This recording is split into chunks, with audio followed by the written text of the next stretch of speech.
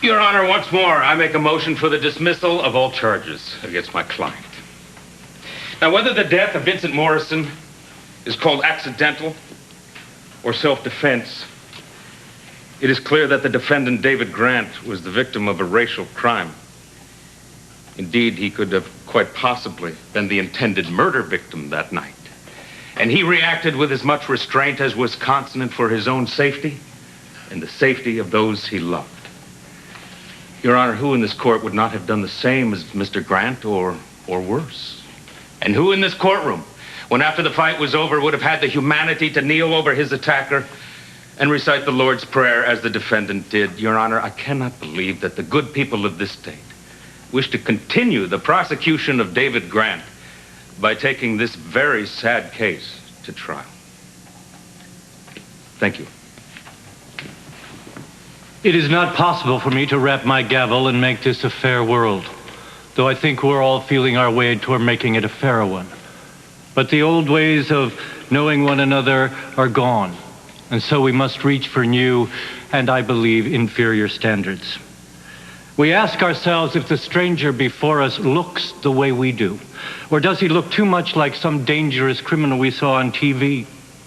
And it is this folly which has convulsed and divided our peaceful community, and it breaks my heart to see it. For while the kind of hatred that may have driven Vinny Morrison is, I hope and I pray, rare, there is still a fundamental suspicion of people we do not know which lurks in many of us, or even all of us.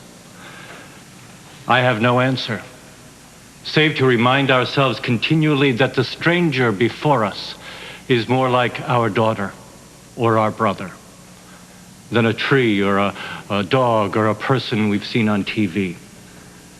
More like ourselves than not. Will the defendant please rise? Do you have any statement to make to this court? No, sir. Not to the court. But if I may, I'd like to say something to Vinny's parents.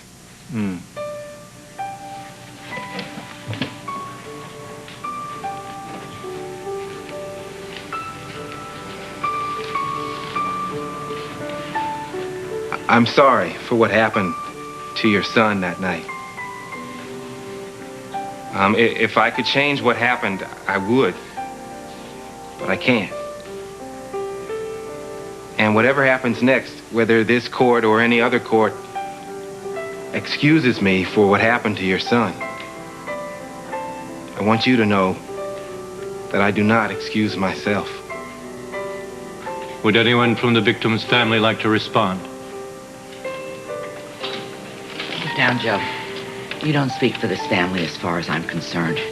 You sure don't speak for me.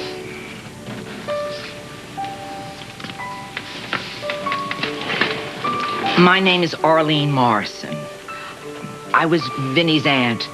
I used to take care of him a lot when he was little. Oh, he used to call me Auntie Lean, and we played games and giggled for hours. I loved him very much.